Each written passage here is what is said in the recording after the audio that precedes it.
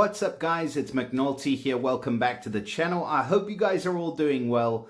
So today we have our very first brand new hero that is being released into this game.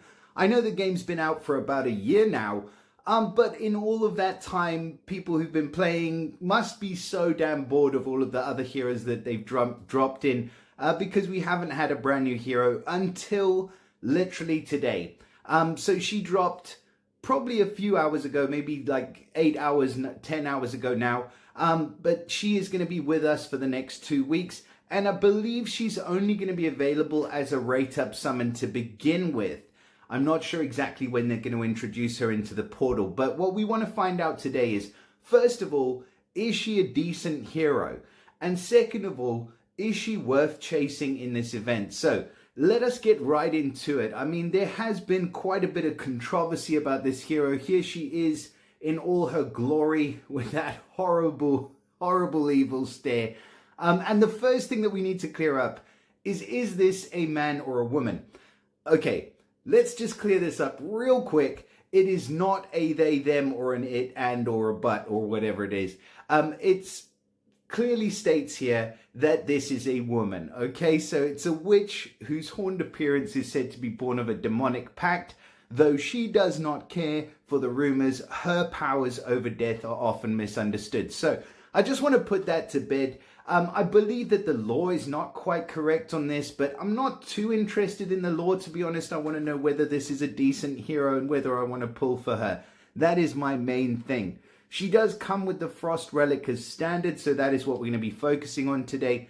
It says that you are able to get the other relics, but as of yet, I have no idea where the heck you're going to get these relics. So, obviously, Iweret is going to be a snake hero. So she is a serpent, which means that she increases attack speed-centric abilities. We're going to see that this is quite important for her in a second, because she pairs up really super well with heroes of her family as well. She does get a leader effect. And surprise, surprise, her leader effect activates in the equipment dungeon. Now, we've been told that her, where she's best is against the dragon Iskalag, or however you say his name, because she is going to be able to put marks on the hero, and those marks stack over time and things like that. And they make it so that the enemy can't put up a number of buffs. Now, she has her leader effect in the equipment dungeon. What does she do? She grants all allies a damage taken decrease of 15%. So it's not that she increases damage to the boss. She gives a reduction in damage to her allies. Okay, it's a good effect, but I'm not sure whether it would have been better the other way around, to be honest, because she is an attacking hero. So she focuses all of her energy on attack and attack-centric abilities. I'm not sure why they would make the leader effect to where it's a defensive skill, but that's just me. She likes the heat. She likes the heat. She likes to get a suntan. Again, she's looking a bit pale and pasty, so we definitely need to turn up the heat for Iweret. Now, let's have a quick look over her passives right now. So, first passive we have is called Power of the Dead God. So the way it works, when attacking, she gets 100% independent chance to grant each serpent's favor ally a critical strike rate increase 2 for 2 turns, and 100% chance to grant each serpent's favor ally effect accuracy increase 1 for 2 turns. So she is going to be just as her passive, increasing everything but just for the serpent's favor ally. So that is super important. This passive will not work on any other allies. So, pardon me. So who do we know who's good in serpent's favor?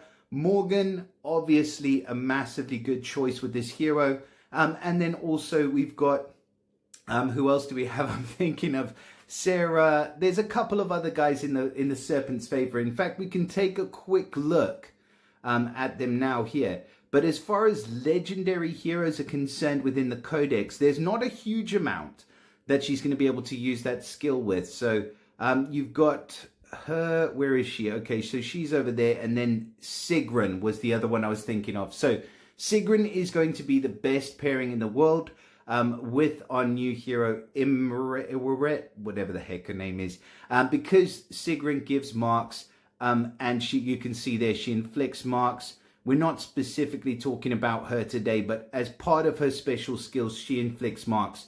And that is what you want because they're going to pair up super duper well together. So Sigrun, and then in terms of rare heroes, you do have a couple of options there. You've got Sarah, who's not really a damage dealer, and then you've got Frederick, who's also not really a damage dealer, and neither of them give marks.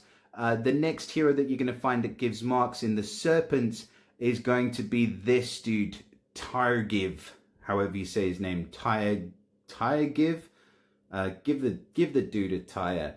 Anyways, so yeah, she's going to pair up really, really well with Sigrun and also with Morgan from the legendary group. So in terms of her passive, like we were just saying, that is what she's doing. She's going to give them an increase in critical strike rate. So that means they're going to be critting more often, and an increase in effect accuracy. So that means they're going to be missing less often. And that is her first passive. Her second passive that we have over here is going to be upon critical strike, chance to gain Black Magic Wrath for 3 turns. So this Black Magic Wrath is again a critical strike damage increase and hit accuracy increase. So she's now giving increase to critical damage and she's increasing the hit accuracy when that triggers. That does have a cooldown of 4 turns. I believe the other one's a shorter cooldown. So again, like I said, you really want to be bringing her with the Serpent's favor heroes if you can do, and if you've got strong heroes within that faction. But then with this second passive, she not only increases the critical damage and the hit accuracy, but she has a 100% chance to charge the attack gauge by 50%. So that means she's going to be just as good as ready to go straight away after this passive kicks in. Third passive that she gets, again, this has a cooldown of 2 turns, so this one can trigger quite often when attacking while you have Black Magic Wrath. So that was this that we just looked at over here, Black Magic Wrath. So while attacking when your critical damage and your hit accuracy is increased, you get a 100% chance to charge the attack gauge by 100% and 100% chance to gain Prepared Black Magic Annihilation. So it reads like a super complicated special, but all that this is an extra attack after her normal attack. So when you have that critical damage increase, you get an extra attack after your normal attack, and you get this Black Magic Annihilation, which is 1 enemy hit for 100% damage, and then all enemies for 100%, 120%. So one of those enemies is going to be getting double damage. But she's all about the damage, and all of this damage that is going on is happening while she's got that critical damage increase, which is super important, and the accuracy increase, which means that the hits are landing that much more often. Now, the last hit inflicts additional damage for each mark on the target. Damage will be 35%, up to an extra 4 times. Now, it's difficult to put so many marks on the target. She does do it herself. But like I said, there are only a few other heroes that give decent markage. And that is Sigrun and that other weird common dude that I'm not sure that I would want to level up, to be fair, because I just don't trust it. But anyways, there's not a lot of good mark type heroes other than Sigrun. And making sure that they're all going off all at the right time to keep that. Sorry guys, just want to get her. She just looks to the side all the time, man. Like, look at us, look at me. She doesn't. Oh, there we go. Anyways, so yeah, you get what I'm saying. It's really, really difficult to put these marks and stack these marks on people. So, you know, that damage, that extra damage, I don't know whether it's really worth it. That's what I'm trying to say. That extra 35% attack up to 4 times. I mean, it's good, it's nice, it's juicy, but it's also difficult in practice. And I think that that's what some people are already struggling with, that have pulled and are practicing with Iweret at the moment. Now, in terms of the relic, like I said before, we're going to get this book, which is called the Ars Mortis, which is a very funny sounding name. Sorry, I feel like I'm 2 years old. But yeah, that's the relic that she comes with, the Frost relic. So for skill 1, she's going to attack a single enemy twice, total damage 64% attack, and 100% chance for the last hit to inflict mark for 2 turns. I don't know why they have to say 100% chance. But anyways, the mark will happen. Maybe that's the skill ups. So she's going to give a mark for 2 turns. So as you can see, for that passive to trigger that extra damage, you're going to have that second hit happen within those 2 turns for it to be able to trigger that extra damage. So there is a lot of RNG involved in getting those marks down pat. And that's why a lot of people don't use marks as the strategy in the dungeon. But it is the prescribed strategy. So sometimes the prescribed strategy is not always the right one. I've seen Sarah use to really good effect when she's leveled up and skilled up to be able to prevent the boss from giving buffs in any case. And then it doesn't really matter which damage dealers you use. You don't need marks, you don't need anything else. You can just go in and hit like a truck. Anyways, let's have a look at her second skill. Second skill is the Ritual of Frost. 100% chance to gain critical strike damage increase, 100% chance to gain critical strike rate increase, 100% chance to gain effect accuracy increase, and 100% independent chance to inflict a mark on 2 random enemies for 2 turns. But no damage. That's the problem. So this special is really, really cool. She's giving she's giving so many buffs to everybody. But the only problem is she is not actually hitting, but she's putting that mark there. So again, now you're a victim of the RNG. When is that passive going to trigger that damage? You just don't know.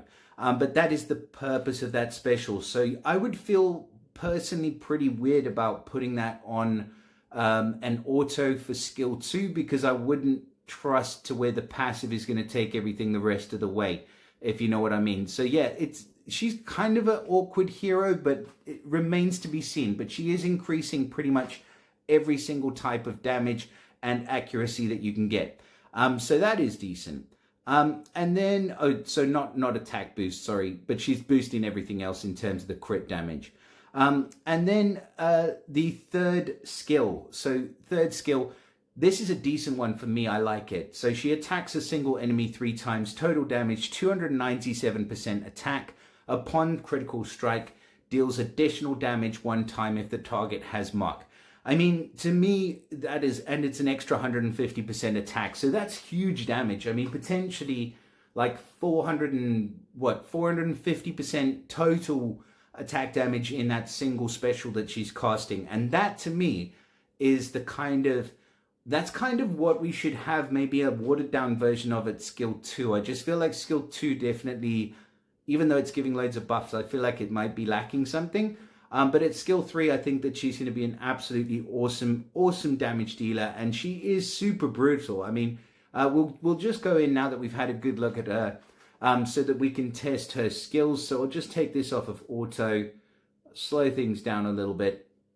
And in terms of the damage, so I mean, let's just go skill 1.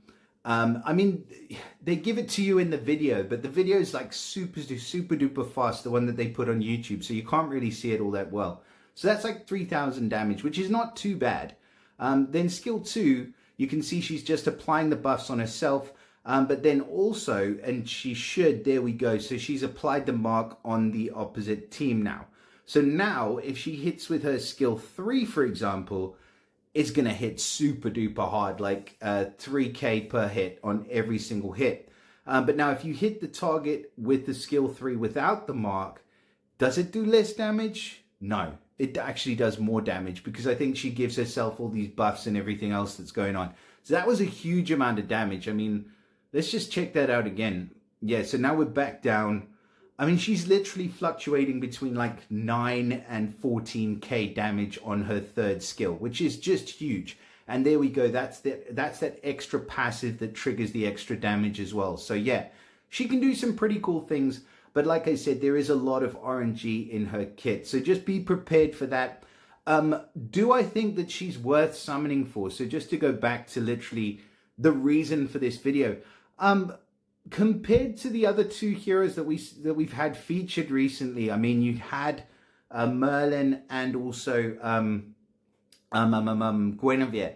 I think both of those heroes have more sort of broader usability. I think that, you know, as a dungeon hero, specifically for pushing far against that fire dragon, yeah, sure, she's going to be really, really good. But then somebody like Bedivere just seems to, I just feel like he's got more versatility in more different areas of the game. So I feel like I don't want to put her in a box just yet, but I feel like she is more of a niche hero that we're looking at here. I mean, you know, regardless, you can build up any other type of heroes that you want and you can progress through the game and everything else. But I just feel like there is maybe a little something missing. She's going to be good against the dungeon. She's also going to be good against the Colosseum. If we do ever see PvP, which I hope that we do, expanded within this game, then I think she's going to be a great hero for PvP content. But for now, she really is more limited to that sort of dungeon content. So with that all being said, please do let me know in the comments what you guys think about Iweret. Let me know if you're lucky enough to pull her. Let me know how many copies. Let me know what awesome things you're doing with her. And yeah, that's literally everything I got to say on her for now. So I wish you guys everything of the best. Drop us a like, comment, subscribe, and share it with your mother. And I'll see you again soon. Bye for now, guys.